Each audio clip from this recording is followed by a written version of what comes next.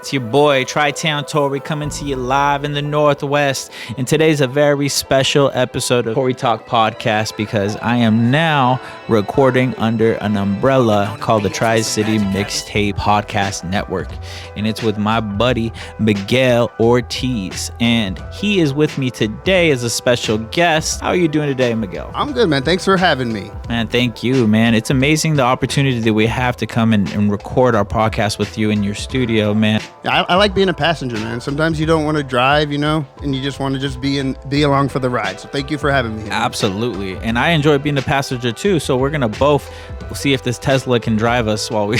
Right. But I'm going to tell you what, man. I've been dying to get back in the studio and start to record some stuff with the podcast. So now that we're back, I just want to let people know what's been going on with the podcast. And what it initially was is I started the podcast in 2020 because I wanted to always do this since 2012 or 2013 when I first discovered podcasting on YouTube.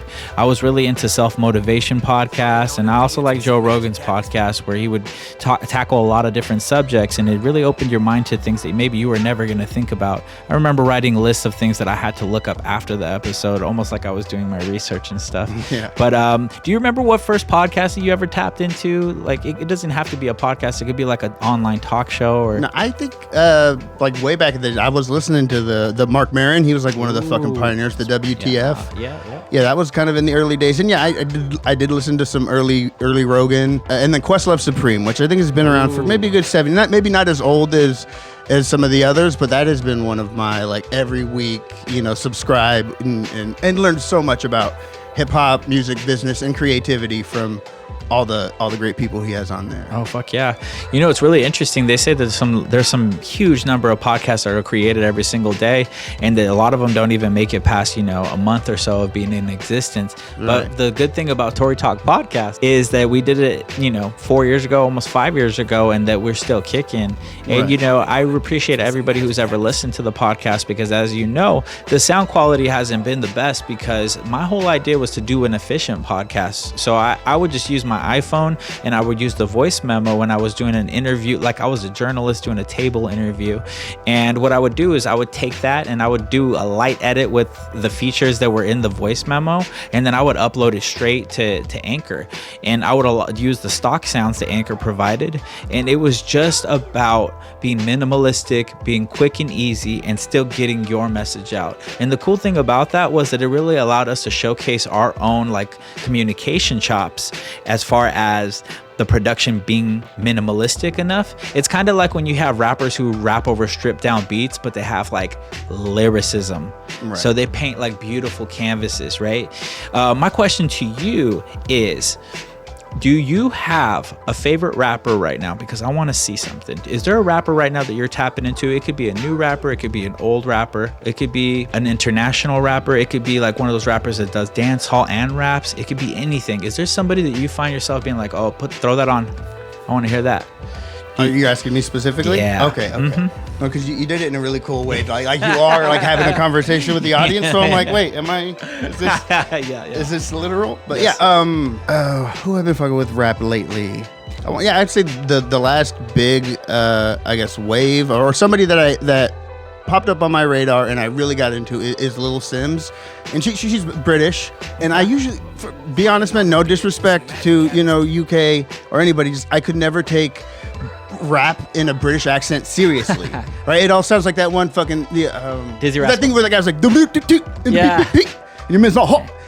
it always just sounded corny shit like that. But like hearing Little Sims, the Simbi album specifically, I was like, oh shit, like she's got dope bars, great beat selection, and I wasn't taken out of it by the British accent as much as I am with literally anybody else who raps with an accent. Do you think it was because of her perspective or her unique lyrics? What was it about her identity that allowed you to overlook that initial thing that you used to be? Well, I just noticed that it sounded cool. I've never heard British rap sound cool, and she did. She wasn't, she had the same accent, same inflection that I've heard other British, artists use, but what she was saying, how she was saying it, it really spoke to me. And then but to be fair, I haven't given any other British lyricists a chance, or rappers. See, I always follow the Double XL and the Source, and Vibe and any other hip hop magazine. And Vibe's not really a hip hop magazine, but back then that was like our connection to what was really going on in the game. And I remember when they were trying to push like UK artists on American audiences initially, and I don't want that to sound as if it's a bad thing, but it's just being when you're a kid and you're becoming a rapper, it's just unique that they're trying so hard to make us listen to these rappers. And the first one that I remember was this guy named Dizzy Rascal. I don't know if you remember him. Yeah. Right? And I remember trying to get into his music, and I thought to myself, like, the beats are a little off. Right. Like, they sounded cool because they were like using, PlayStation sound effects, and I later came to find out that there's a sound from the UK that they specialize in called grime, I believe. Right. Yeah. So there's like all these different influences that we weren't accustomed to. They have their own fucking world over there. Yeah, it's funny that they were inspired by like all the Chicago drill and shit, and the more modern Britain. No. That's what started the grime. Those kids were inspired by that shit, and then it came back here or whatever. There was some. I think it started like Chief Keef in that kind of era, that fucking grime shit. Like I think inspired a lot of, I guess, what now has become the bigger scene of that shit. Yeah, not to correct you, but I could be totally wrong. Because check this out. This is how it really went down. Because it comes from like industrial. You know what I'm saying? Which is more like closer to like house, techno, right. Euro dance so shit, yeah. It's almost as if somebody had that kind of sound kit and said, I'm gonna make American hip hop beats with these sounds, right? Because what we're talking about when we're talking about Chief Keef and drill, we're talking about an era of like 2011, 2012, when Chief was first coming out, right? And that influenced the UK drill. Okay. Yeah, which came later on. See, because the UK drill is a step away from the grime introduction of like a Dizzy Rascal or Lady Sovereign. Lady Sovereign is another one of that's who I was going to get to next, Lady Sovereign. What I thought about Lady Sovereign was she's really cute. She reminds me of like a Sporty Spice rapper. If you remember the Spice Girl. Yeah, and I think she had a Jay-Z co-sign back in the day too. She had a Jay-Z co-sign. Yeah, which I mean... That was everything. Yeah. But now that I look at it, Jay's always been my favorite rapper, but that was interesting that was like on his radar because, as of late, Jay's been under some heat. Right. So I hope that nothing ever comes of that. But also, here's a message to rappers. You need to be very careful what your intentions are when you work with any kind of any female rapper, any woman rapper. I'll tell you why. Because you could come off as somebody who's predatorial.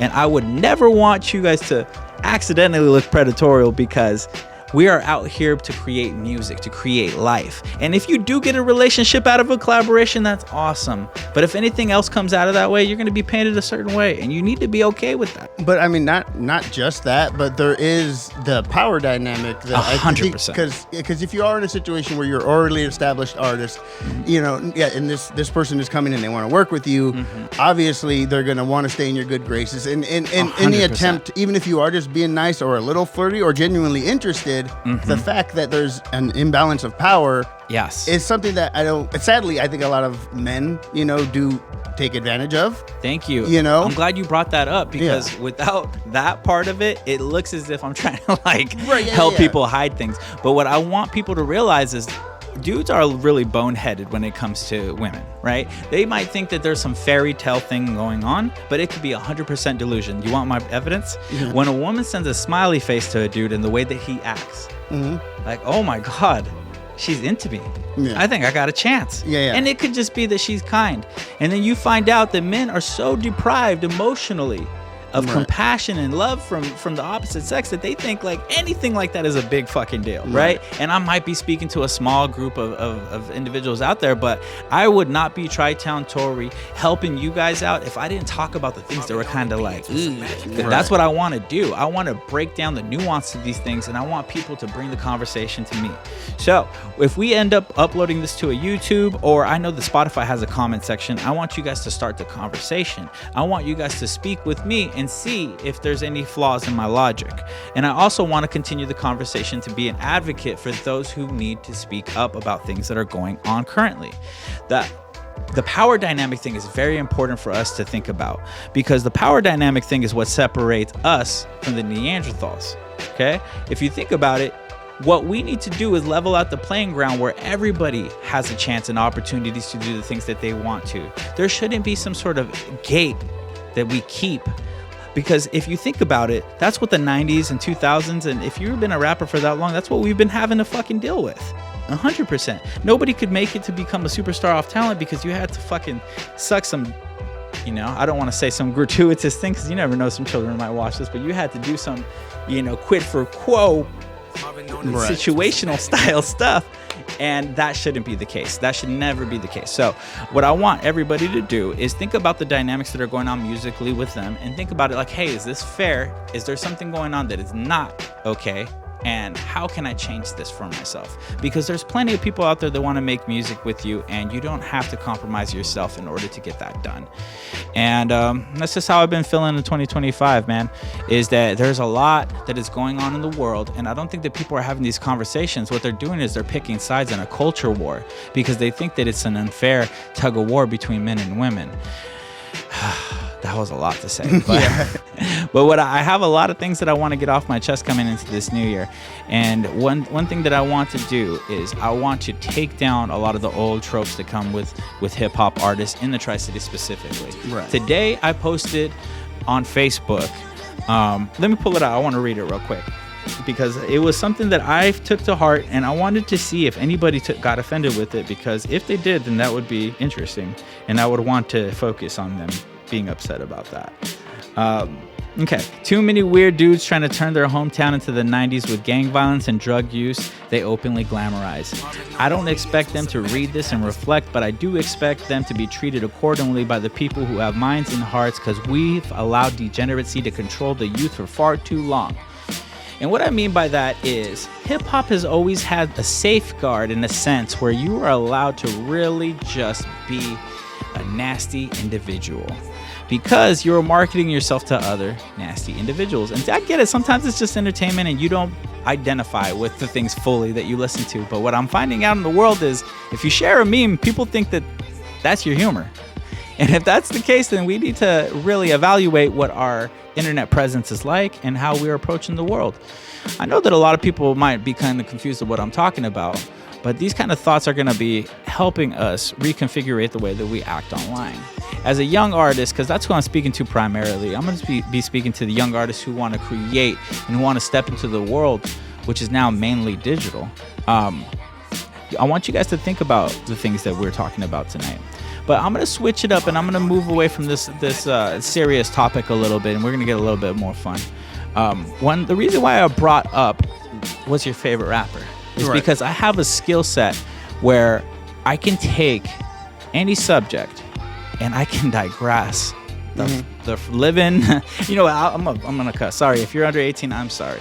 I can digress the living fuck out of something 100%. Right? And it always has some roundabout way of coming back and then having a whole symphony of thought.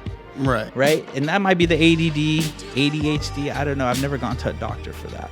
But I did write a record called ADD. See how the segues work. And when I wrote that song for ADD, it was on my album called Mr. Northwest that I dropped in 2022. It was one of the 4 music videos that I shot. I also shot one for Hometown, and I shot that with Third Eye, who is a director over here in Tri-Cities. He usually does like commercial work with like import cars and businesses. He helps out businesses and stuff. His Instagram, I think, is Lion Eye Works. I'm gonna get that right, and I'm gonna put that into the credits. But I worked with him, and then I brought a young Roque onto the song. Roque, the Kick It Master. I did not know Roque before I reached out for him to do this record before, and when I reached out to him, man, my mind was blown. I couldn't believe that I found the rapper, or personally I found, because he already existed, he was making music, but the rapper that I would have listened to as a young guy, as a young kid coming into hip hop, I would have listened to this guy because he has amazing foresight, and he for how young he is, he sees so far into the future, and this dude plays chess with his moves, and he knows what the appetite is for his audience, and he knows how to make things look good on both coasts. He's working with a producer over there on the East Coast who's getting him pretty much in the network the mixtapes and things that are going on out there. See, this is from my perception, because this is what I'm picking up from what he's doing, and he is what I would call the Tri-Cities best rapper. Oh, for 100%. Sure. Easily. He is the bar for what you need to beat in order for you to say that you are the top dog. Right? The old me would have never, ever given those roses to anybody. No, okay, yeah, right. Because I felt that I was that guy. Right. And, I realized that I laid a lot of foundation down for folks to rap about things that actually matter to them, as opposed to, fucking these bitches and fucking these hoes and that, Right. And some of that stuff is fun too, but you almost have to paint it as satirical in order for it to be beneficial for people instead of just being entertainment.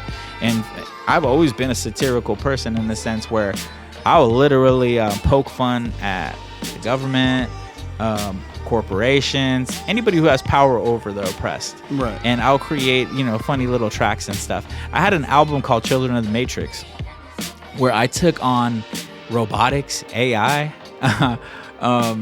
anything you could think of as far as dystopian, futuristic, like government tyranny. I took on that album, and lo and behold, that was the album that really blew me up globally. Oh shit, for real?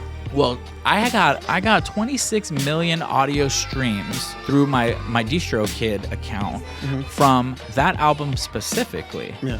Let me paint that to you how powerful that album was. Before then, I had 500,000 plays on all my whole discography. Okay. Right? Yeah. But then this fucking album comes out, and then now when I look at it, I have 26 million audio streams. Yeah. And see, to me, a kid who just wanted to make a CD, and I swear to God, I used to tell people I'm going to cry when I make my first CD, because that's the bullshit that everybody that cliche shit. Yeah, oh, this is so emotional. I'm going to cry. I found out that wasn't fucking true. I literally started making mixtapes in high school. Right. I don't know if I've ever told this story, but I got my Fruity Loops disc from my radio broadcasting class at Tritech, from my teacher Ed Daly, and he got it for the students to use at the school. And I took it home and I put it on my computer, and then I took it to my cousin's house and I put it on his computer. But then I brought it back and I acted like nothing ever fucking happened. But here's the thing, Ed is all knowing, and that man knew I did that, but he knew that I was gonna do what I was gonna do with it. Right. Because he always knew that I had a talent and an ability to just create music and be able to have the passion that doesn't allow this to die, right? And he was a country artist himself. Oh, okay. Yeah, he was an incredible dude. Like, he was married and stuff, but he had a lot of people who admired him. A lot of gals and stuff that probably admired him too. He was a rock star in the Tri-Cities. I mean, anybody who hears me, they know what I'm talking about, what I'm getting at. But he's the one who taught me how to actually like communicate and speak properly on the microphone so that people could feel my words. And I owe a lot to him in that sense. And the reason I bring that up is because he ran the radio station 88.1. And I never got a song on 88.1. Oh, no? Yeah. And I thought to myself, like, how is that? And then I thought to myself, like, oh, it's because you didn't make an effort to get it on there. So that's one of my goals for 2025 is that I'm going to create a record that I'm going to deliver to Tri-Town or to Tri-Tech. And then I'm going to try to get that record on there. Yeah. And the reason being is because I just want to do a full circle moment with him, because he's one of the reasons why I'm still doing this. And he was a radio guy. He had an incredible radio voice, and when he flipped that switch, it was like, oh, that's what professionalism is. Right, yeah. And you just seen him like shift into a different character, and it was incredible. So I love that guy, and I bring him up because going back to the Children of the Matrix and having all the success that I have from that, I had my kid and she was getting big, and I had to make a decision. Like, do I take a break from making music so that I can make sure that my kid is getting all the time that she can from me? And that's exactly what I did. I stepped away from a lot of the things that I was doing, and through this, me and her mom, we decided to co-parent. We split up, and then I found myself at a crossroads. The crossroads was really weird because it had me lost, and I didn't know who I was anymore, because I allowed myself to change because I thought that maybe music was something that I could walk away from. You know, I was thinking like maybe it's the end of my road and I should just focus on being a parent. But then I thought to myself, like, if you invested so much into something and it became your identity and then you give it away or you let it go when you don't have to, you can modify it so that it's more adjustable for the time period that you exist in. Yeah. You're really doing a disservice to you and the people who admire you. Right. I know that when I've seen people fall from grace, it really made me feel a certain way. Yeah. Like even when some of the most badass people that we love so much, yeah, you don't take it personally. They took it personal when the album starts sucking or when they just quit making music in general. You're like, it's the end of an era. Yeah. You know? So I told myself, like, I have to find myself again in music. And that's what Mr. Northwest was really about.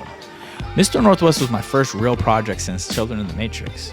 And what it was me really taking back ownership of who I am and how much I've invested in the Northwest. Right. So when you look up Mr. Northwest, you're going to find a whole bunch of motherfuckers who think they're in beauty pageants. And then you're also going to find me.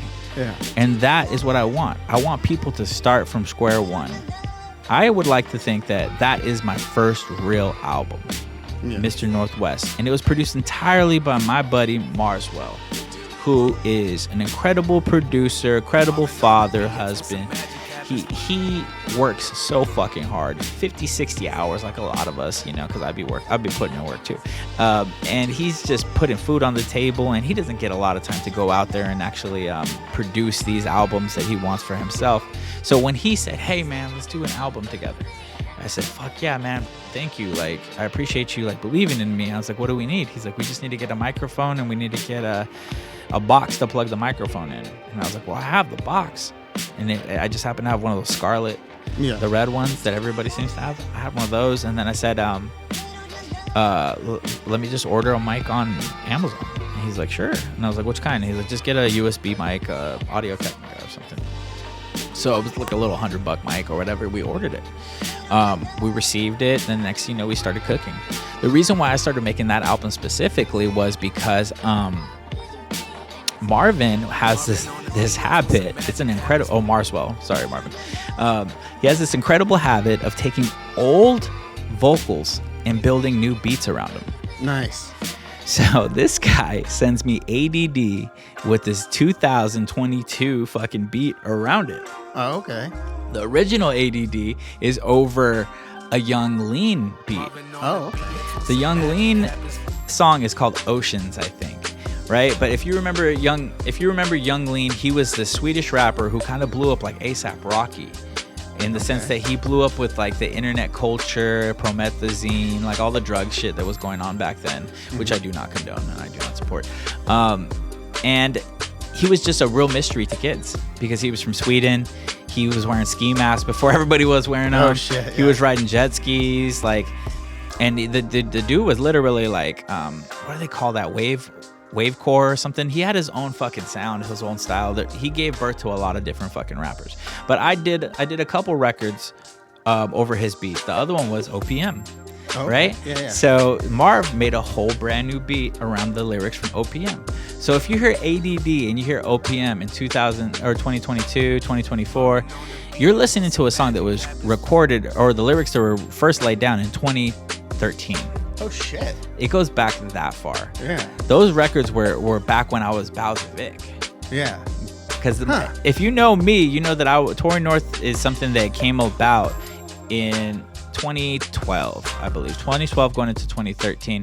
I was initially Bowser Vic as Tory North because I was trying to segue into the new name, right? But the Bowser Vic name is my battle rap name. It's like my first rap name when I was in the hard hitters. So it's like a classic legendary name. And it's funny too because a lot of people have a lot of cultural cachet with that name still. Because if you bring up Bowser Vic, a lot of people will start to chime in about the good memories that we had because we used to do a lot of house parties. We used to do a lot of battling. Yeah. I remember my record was crazy. It was like 64 and like 4 or something. I was really fucking throwing these rappers around left and right.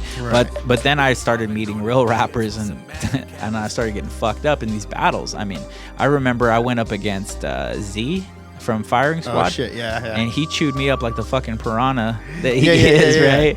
And to be honest, man, I just respected him so much that I didn't even want to go, because what are you going to do besides try to throw personal attacks at somebody that you respect, and next thing you know, you can't even really network or collaborate with them, right? So I was just like, I got a lot of respect for you. I'm not gonna go. It's not worth it to take a cheap shot at somebody in a rap battle to ruin a potentially very fruitful career. You guys have made a bunch of dope songs. Since then. Yeah, and he's an incredible guy. One of my favorites, man. Shout out to Firing Squad. Dickles and him and Redro. I love Redro. Yeah. I remember when I first complimented him. Sure was Facebook. I was like, man, you sound like a grimy John Legend, but I mean that in the best way possible. I bet he loved that shit. Yeah. We've been talking about working together ever since, and this was like, I don't know, 12 years ago. I love that Redro. He's so dope. Like in person, if he likes you, he's gonna let you know he likes you. Yeah. I remember one time he'd be like, "This motherfucker right here is dope." And I was like, bro, I feel the same way about you. You know what I'm saying? He's just a very likable guy. I bought merch from him. Like I don't really buy merch from people because I just don't think about it. You know. And then one time I was just like, yeah, give me a shirt. And he sent it over to me. Like, real good businessman. You know what I'm saying? So I love to see that they're really putting it together and making some moves for themselves. And Dickles is an incredible guy too, man. One of the best graphic designers in the Northwest, and he's a whole record label in himself. I'm telling you, Z and Dickles and Redro are literally a whole record label in themselves. Oh yeah. So shout out to them. Multi-talented, all of them. And I believe they're on Blockstar now, which is the X-rated record label. If you remember the OG X-rated? Yeah. Not a pornographic record label, but a record label by the rapper X-rated. Well, actually, if you listen to Dickles' album, it's kind of like porn. Shout out to Dickles. He was choking his partner and slapping their ass, and he was having foreplay on the EP. I apologize to any children that are listening to this if they do. But what I get to get back to the OGs, to the battling. Okay, so I remember I battled. There was this rapper from Spokane because there was a battle league called High Noon that was started by my friend Civic. Oh, I remember High Noon. Yeah, High Noon. It got a lot of reputation because Civic really took a hands-on approach to this thing, and he was the battle. I mean, he battled everybody, right? But he gave me an opportunity to go out there and perform or to battle at one of their events, and he set me up against a young man named 3D.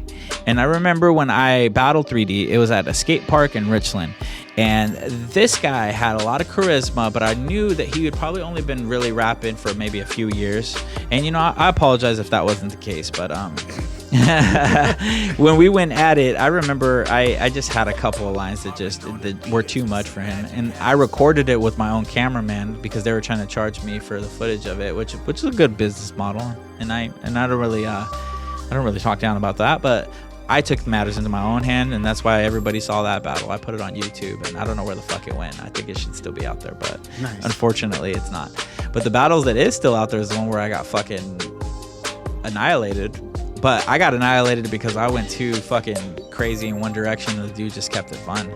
I mean, if you keep it fun, you're going to be more likable, and then the crowd's going to deem you the winner every single time. You just have to be the cooler guy. You don't have to be the most intense, fucking serious person, and that's what I learned a little too late. Have the most dirt. Like, some of these fucking rap battles, it's like, I mean, not just in that league, but in general, it seems like people do like fucking private investigations on people.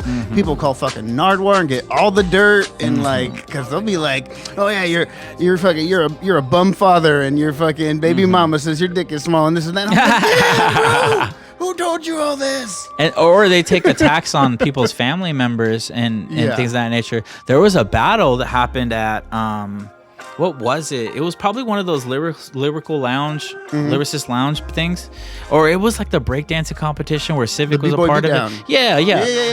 Where Roque won. Yeah. There was a moment in there with, I think it was CLB.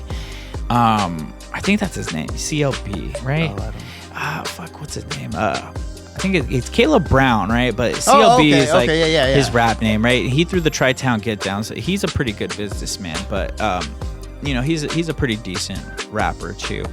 But when it came to the battling, I think that he was too focused on being extreme about like Roque's family or his child, and I thought it was very distasteful, and I thought that that's the reason, one of the big reasons why he didn't win, and it just told me that I'm too old to be trying to battle people and trying to get into that realm, because if people start talking about like my kid or my family, like I don't know how I would take that. But that also is like, yeah, that it's one of those, I guess, especially people or dudes who don't have kids, maybe don't get that. That like, bro, you have no idea, and yeah, you could say all is fair in a rap battle, but then again, this is the real world, and you will get checked properly. And yeah, I remember, they came close to like, having to separate them or make sure they didn't cross a certain line. Yeah, no, 100%. Like literally a line in the ground. They're like, don't cross this and get close to the other dude. Yeah, and my guy Roque is such a classy individual that he knows how to defuse and de-escalate these situations on himself. He fucking handled 100% battle, the whole thing, every round, and he left with that trophy, rightfully so. So I just know that realm wasn't necessarily where I wanted to stay at, but it was important in the beginning of the journey, because imagine having a whole rap career where you never did that, and then you always wondering like, I wonder what it would have been like to test myself. Another thing was that I was a freestyle rapper, so I thought that I can just go in and freestyle myself to a victory. Unfortunately, when it comes to battling, you have to have some premeditated preparation. Yeah, you got to be ready for battle, man. Because if you don't, then you're going to end up on the short end of the stick. And as we know, people get beat to death with the sticks, when it comes to this stuff. But I want to ask you, on the topic of battling, have you ever seen a battle, maybe, URL, Smack, the more popular YouTube battles, like Loaded Lux, all these. Have you ever seen a battle where you're like, holy shit, that was such a crazy, like, how can two humans do what these guys just put on as far as a display of skill? Have you ever seen anything like that specifically?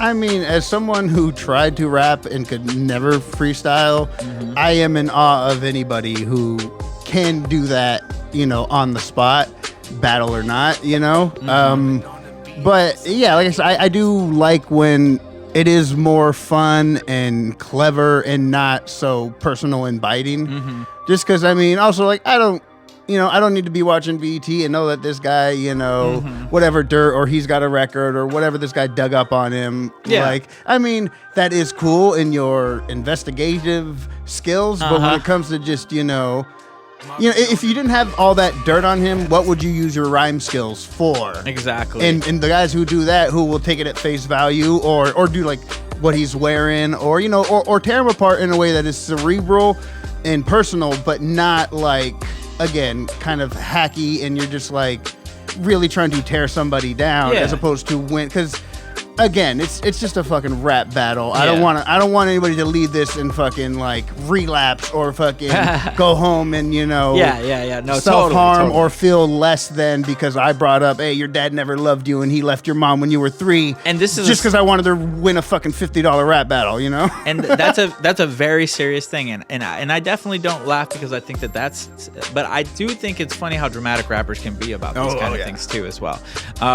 But to bring that up, I wonder if I have a hypocritical thought about the attacking kids and family members in battling, but when I listen to the Kendrick Lamar and Drake battle, and I hear how both of them talked about family and children and such it wasn't necessarily in a disrespectful way, but more of a like an accessory kind of way. Like, I'm gonna get at your father by using you as an accessory.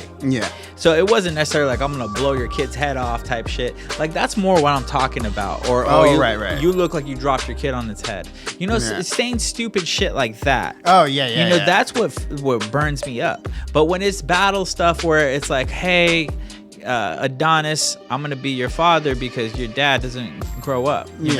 That doesn't elicit the same thought. Right. Well, again, there's a level of artistry, that has gone into that, and it's not just, I dug up dirt. Because both those guys dig up dirt on each other, but the way they packaged it, I think they could have done it again without the dirt. Because they have to with just doing reads of each other. They have enough material. Yes. Like Kendrick would be like, hey man, I've been paying attention to your career. It looks like this and this and that.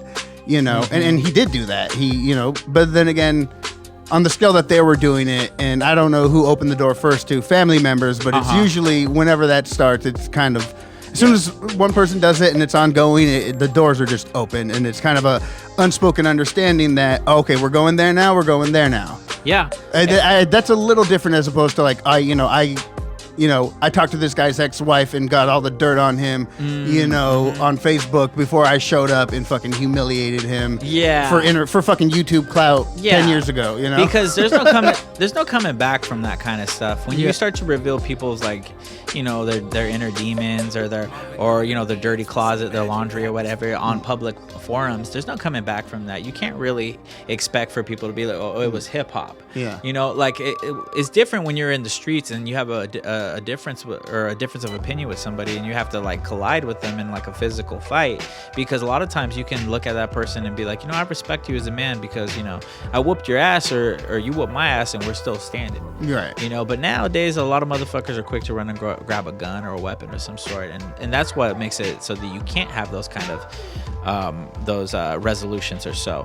Yeah. But getting back to the Kendrick and Drake thing, I've studied this thing very, very immensely like everybody else has, but I was trying to think of like what was the situation in which started this whole thing, and I thought, okay, let's do this. Let's go back to the first time that we even see these two collaborating, and when we do that, what we see is Take Care, the interlude where Kendrick has his own fucking song on Drake's album.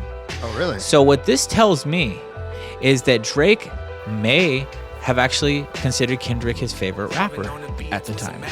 Because you do not let somebody have that kind of a look unless you really admire and appreciate what they do. For real. Yeah. Because let me take it back to Hometown with Roque. Mm-hmm. With Roque, I said, hey, man, you have a really great ability to write and your hunger is insane. Mm-hmm. I want you to write the hook and the verse.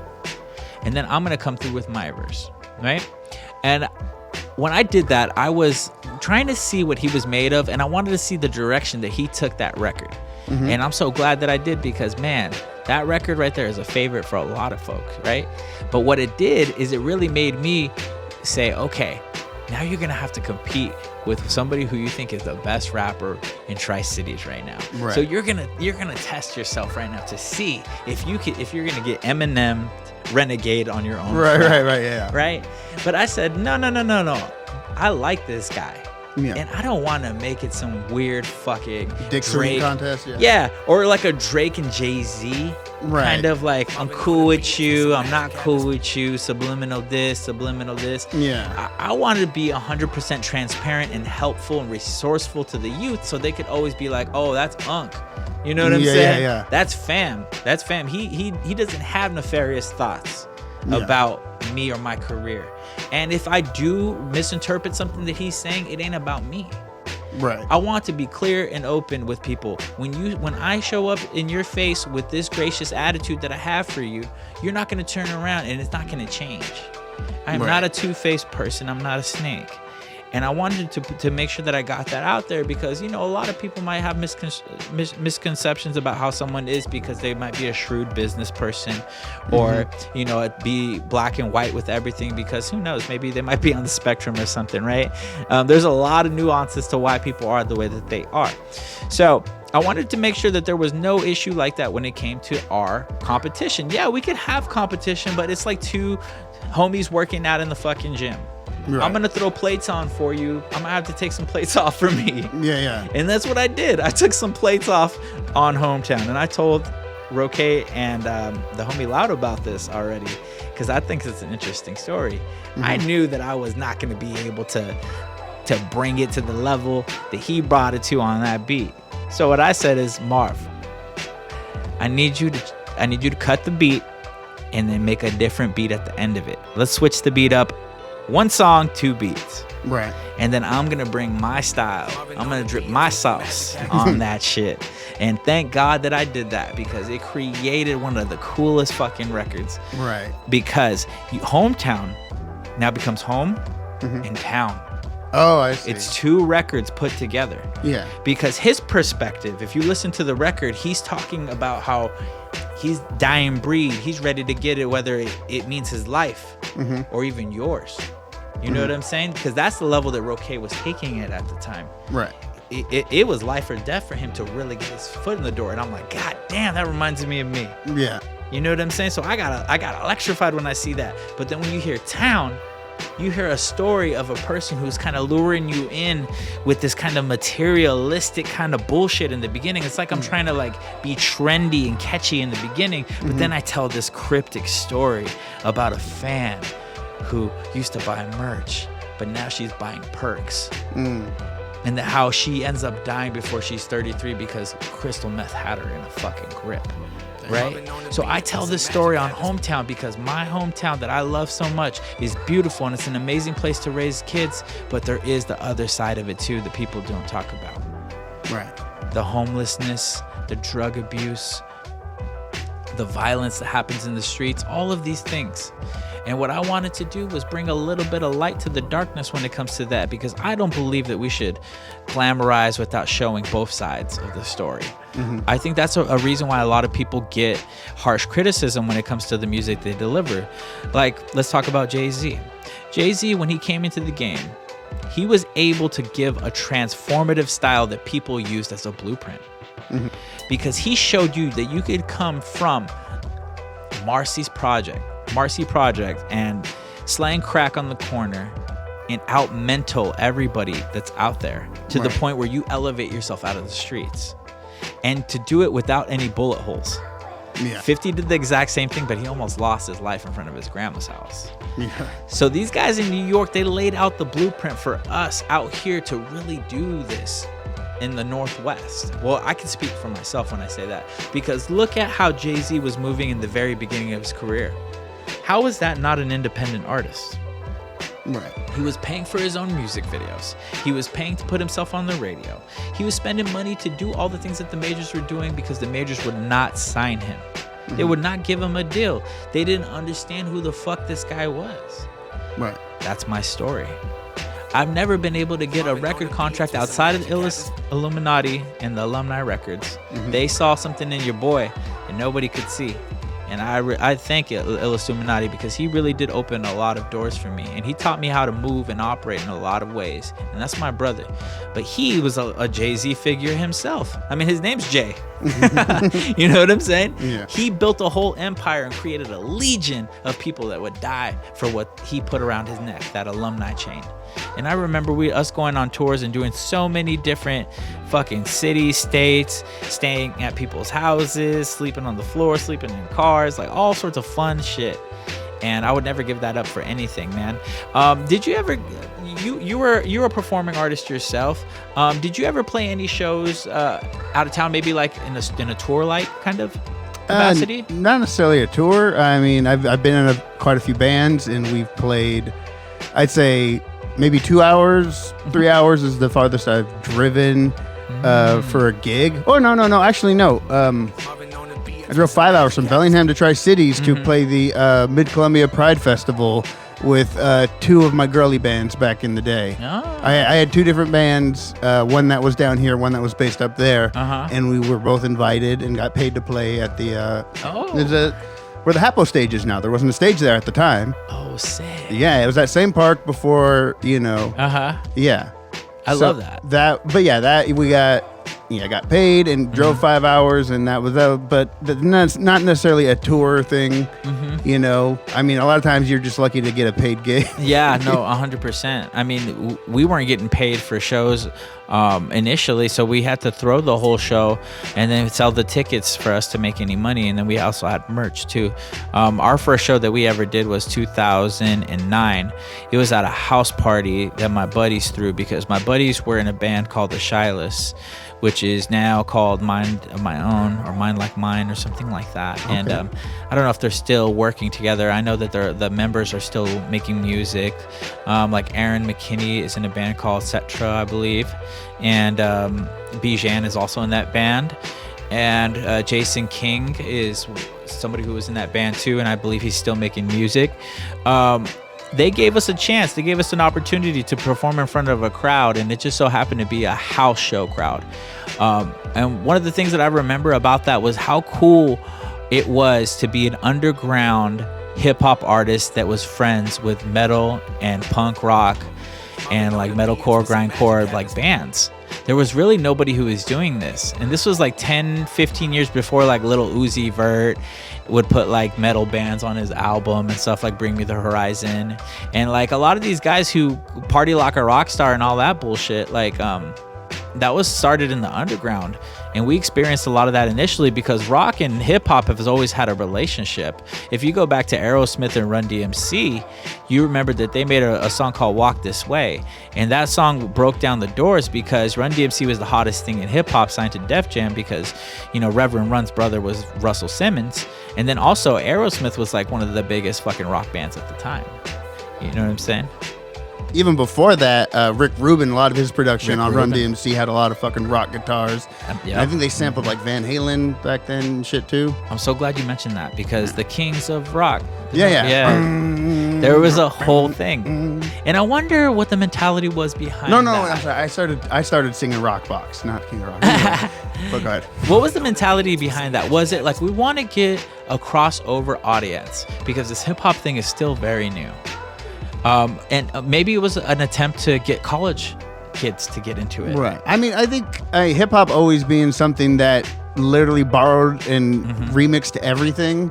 You know, it was only a matter of time before. I mean, even now there has been so many stepchildren of hip hop. Yeah. To where go back to our generation and the big mumble rap thing where that's the first time I realized, oh, we're getting older and now we're the old guys. It's like, oh, that's not real music. That's not real hip hop.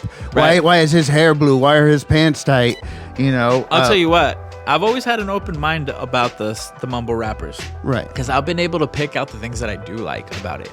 Like, for example, a lot of the production, I've always been a sucker for 808s. Oh, yeah. You know what I'm saying? So a lot of those beats were really fucking good. If you listen to XXX or Juice WRLD and all these guys that came out at a certain point, their SoundCloud, their production was so good that no wonder the kids were liking this shit, right? Yeah. So I really liked what they had going on. The thing that really lost me when it came to it was those guys who were obviously after a bag. So they figured like my charisma, my fashion sense, and everything else is going to be good enough, and I'm just going to, have a seizure on the microphone for 3 to 4 minutes every track, and that's going to be good enough for these people. But I mean, that comes with any wave, man. Any wave. Let's take it back to disco, right? Disco was a hot, dope thing, driven by the subcultures and the countercultures, right? Yep. But then eventually you get like disco duck, where it's like corny fucking, like anybody making, because disco's a hot thing right now, so everybody's got to do it. Just like how there's fucking trap beats in your fucking cereal commercials now, just because it became commodified, or it was the wave. And that's, in every genre, every wave, that happens. There's the people who originate it, there's the people who continue it with respect, and those who are just gonna take anything they can from it because it's the hot thing. Or fucking Joe Pesci made a rap album in the 80s, like that's crazy. Yeah. You know what I'm saying? Hip hop was the thing that everybody could buy into before it was really popular. I mean, look at Will Smith being the first Grammy nominated rapper. Yeah. And don't get me wrong, Will Smith didn't even show that shit on TV. I'm gonna tell you what, that's true. That's true. Didn't he win a Grammy, or was he just nominated? I think. I think they won, but they won. It wasn't on television. But what I noticed Will's actually always been a great rapper. I think he just got like a cornball sort of thing attached to him because he always kind of put himself out there as some sort of goody two shoes kind of individual, right? So when the whole like Jada Pinkett thing happened, that was like a rebrand of sorts. You know what I'm saying? Because he was really trying to show that he was leaving the person that people thought he was. Right. Because he was willing to sacrifice his movie career for this new freedom that he thought he was gaining. And I think that there is something to it because I just saw that he's been collaborating frequently with Joyner Lucas. And I think that this is very interesting because Joyner Lucas is was a lyrical rapper that we thought was on par to maybe become, competition for Kendrick Lamar. Joyner Lucas. Oh, okay, yeah. You know what I'm saying? But he went a completely different route when he started to just diss mumble rappers. And then he got into a battle with Tory Lanez. And then he saw that Tory Lanez is actually a very formidable fucking rapper. Really? Yes. They went back and forth a couple times, and Tory Lanez, sometimes you'll hear that he's the winner of that. I missed that one completely. And I'm a huge fan of Tory Lanez because I've always seen the versatility that he brought, and he's from Toronto, so I thought it was very interesting that Drake was the biggest rapper in the game, and that he was ignoring the fuck out of this rapper named Tory Lanez who was coming up, because he knew that if he had to go at it with Tory, that it was going to be a big fucking problem for him. Yeah. So he didn't give Tory any credit until he needed him, because after XXXTentacion died, that's when you seen him go on tour with Tory Lanez. They went to Europe, and guess what the tour's name was called? The Assassination Vacation. Oh. Right after XXX died. Yeah. Do you see why Drake has a lot of people coming for him? I mean, yeah. This guy has managed to fuck himself and his name over in every aspect. Right. From messing with people's girlfriends, wives, to making it look suspect of messing with people who are underage. Yeah. And so on and so forth. And this isn't a Drake bashing session, but I am a purist when it comes to my music, and I think that there is no competition when it comes to those two, Kendrick and Jay-Z. Or not Jay-Z, I'm sorry, Drake. I'm sorry, I'm getting a little tired when I start to misuse names. But stepping away from the battle, because it is on everybody's mind still, because Kendrick is a fucking chess guru master, and he knows how to really extend a moment. I was thinking about how I'm going to approach my music going into 2025. And I have been having a tug of war with myself, because it's almost as if I'm trying to purge something from my system. I've thought a lot about really airing out the people who have been on my mind in a negative way. Okay. I hope I'm not on that list. No. Rappers and primarily rappers. I've had fallouts with folk, and I don't get to really state my grievances. Right. So I've tried to reach out to people. I've tried to squash things. I've tried to make it so it's not awkward when we're in the same locations. And being that I don't get that same energy back, I think that maybe I should address things on record. But then I tell myself, like, no, you're doing what Kendrick did. You're doing Gemini mode, and you're a Pisces. So you should really just go with the flow. And there's this something about that fucking part. It's almost like I can't bon voyage off this shit until I set the record straight about some things that people got me horribly fucked up about. Right. When it comes to these rappers out here, there's a few of them. There's a handful of them. I can make an EP and take care of it all. Okay. And I might have to do that, but I know that the goal at the end of the day is for us to grow and heal, and to teach the youth that it's not the answer to have conflicts that turn violent and where people die and where families grieve, but to keep it on wax. And that's always been my thing. Yeah. If we can duke it out on wax, you don't mention family, you don't mention things that are personal in that regard, I don't have to. And I really beg people to not make me do that. Right. Because if we are gonna get surgical, just know I have sharper tools than you. And that's always how I've been, right? So I'm battling with myself. People know me. They know me to be a positive individual, but I have this in my heart and soul. And I don't know how to purge it. I almost think that it's some sort of ancestral DNA thing. Right. That maybe at one point ensured reproduction and protection and security for those who are around me on a tribal level. Or maybe even a caveman level. It's so deep in there. Where you're like, I could live a really nice, comfortable life if I just don't go out there and do that one thing. Right, yeah. But that one thing is going to be like a high that you would, like an adrenaline rush that you could never fucking compare to, right? That's what this feels like.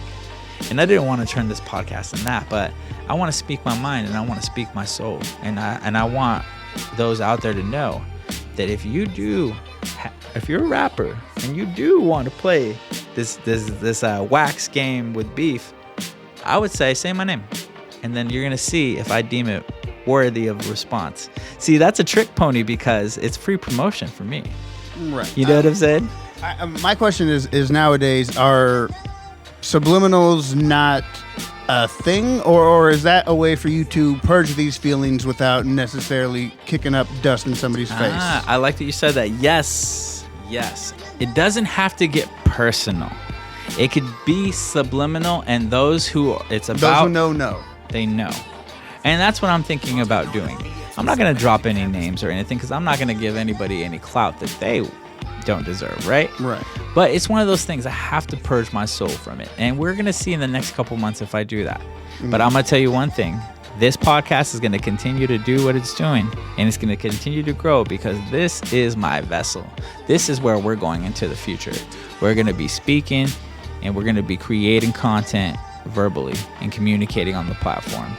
And I think that the future holds a lot of brightness for us because we're going to really continue to create highways and roads and bridges that connect the Northwest as opposed to tearing them down. But sometimes you got to check your brothers, and I think I might have to do that real soon. I mean, I guess healthy accountability is never a bad thing, you know? Yeah. And I mean, we should be, I know conflict sells more, but as adults or people who want to communicate and thrive, conflict resolution is very important. Absolutely. And I think that once these grievances are met, then that's when it would be more interesting to have podcasts with these folk and to kind of go through these things in an analytical way and then kind of shake hands and squash beef in that regard because I want to help these artists even if they don't like me still.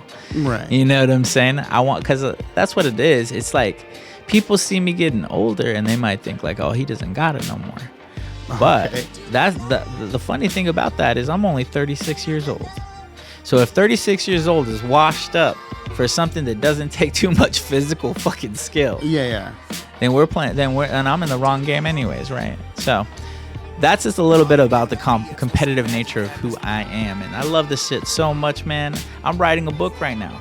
I'm writing a book about my life with hip-hop and all the little interesting stories that I've ever been in when it came to hip-hop. And the thing about hip-hop is that it saved my life, man. It really made me a better person, and it really woke me up to the realities of the world from a young age. You know what was interesting about hip-hop for me is that it was like the internet before the internet. Oh, yeah, for sure. Because the way that I was able to get the information so fast about things that were happening all around the world, it was just incredible. I was a young kid talking about things that only people on the East Coast were talking about.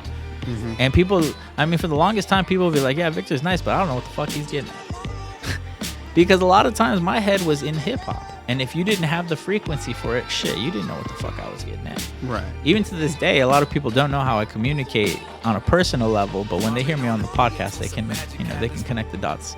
Because sometimes you need a little bit of time to process what's coming at you in person, And that's the thing too. My fans have always been, or my supporters, I don't like to use the word fans, have always been a reflection of me. Mm-hmm. Because they see a bit of me in them, and I see a bit of vice versa. You know what I'm saying? Right. And I think that in order for us to grow as an audience and as a performer, that we have to be able to be vulnerable when the world is watching. And for me to show the nuance of my emotional spectrum, then you know that I'm a human being and you know that I care about things deeply. So when something bothers me, it's for a reason. And if it means that I have to put myself on display and be out of character for something, I hope that it's worth it because I know that it's going to feel fucking good to do so. But yeah, we're gonna cut this podcast a little bit short, and the reason being is because this was supposed to be more of an introduction to what's coming, and we dipped our feet into a few conversation topics that I thought were pretty interesting. But I just want to remind you guys, if you don't have the Tory Talk podcast on Instagram, you need to follow Tory Talk Pod on Instagram, and also follow the Tory Talk Podcast Facebook. Because those are going to be the two platforms where I'm letting everybody know that there's a new podcast out. And if you have my Snapchat, of course, I'll put updates there too as well. That's Tory Northwest. And I think I might do a Telegram or a Discord or even just use that Instagram channel to make sure that, we're building and cultivating a group that's giving me input and giving me ideas for some of the podcast topics that we're going to be going into, because this is going to be a very interactive podcast. Going to be reading comment sections, going to be taking suggestions, going to be bringing up topics, going to be bringing on guests that the audience want to see. So I want to thank Miguel for being here, and I also want to plug Miguel's podcast. I'll let you go ahead and plug. The Tri-Cities Mixtape. We are a music-based podcast. Every Wednesday, we'll either give you a playlist episode featuring Pacific Northwest musicians of all genres, or interviews with local people who are, part of the scene, but not just musicians. We've interviewed journalists and venue owners. There's a young man named Ulysses. He runs Alconi Media, which is like terrestrial radio stations, and we're going to be interviewing him soon. And yeah, just anybody who is contributing to music and culture and art in the Tri-Cities. And also, and I got some cool co-hosts, and we just we share favorite songs, and do our thing and share a lot of music, a lot of new music. And one last thing that I'm going to say too is that I got a lot of things planned for the new format. We're going to have conversation-based podcasts like so, and we're going to also have some interviews that turn into just straight up conversations and things of that nature, where there's no really guardrails, and we can talk about whatever we want from any topic, and we can segue from this to that, and there won't be too much formality in that sense. I'll bring my friends like David V, who is an incredible artist, David V35. If you know him, he's a painter. I think he painted the mural over there at Picante. And he also painted the building that was the old Roasters building over there on Columbia Center Boulevard. If you look, there's like a woman's face on the side of the building. So he's an incredible artist, and he's got some very unique stories about him growing up in Mexico, and also he's got some interesting things to talk about when it comes to aliens. So that's going to be a fun conversation. We'll bring Roque on to the podcast and catch up with him and see how fatherhood is for him, because he just had a baby a year ago or a few years back. He was actually my first interview in podcasting, him and Loud. Oh, wow. I was working for the Shanty guys, but the guys couldn't make the interview, and I didn't want to cancel on these guys.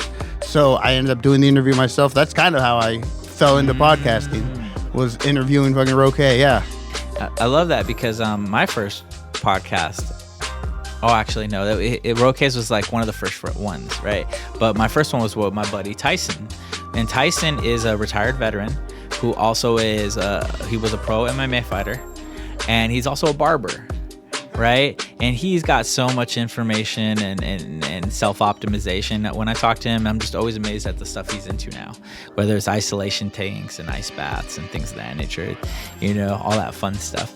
So I'm going to double back on the old podcast, and I'm going to bring on old guests, and we're going to reevaluate some of the conversations that we've had and see how far we've come since the beginning of the pandemic.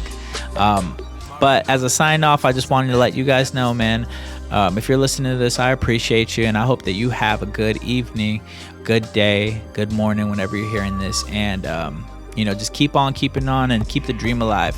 Make sure that you live your life for you. You're the main character. This movie's your life, and don't let nobody put you in a box, because you already know those boxes go in the motherfucking ground. And this has been Tri-Town Tory. Thank you so much for listening, and we'll be back very soon. One love.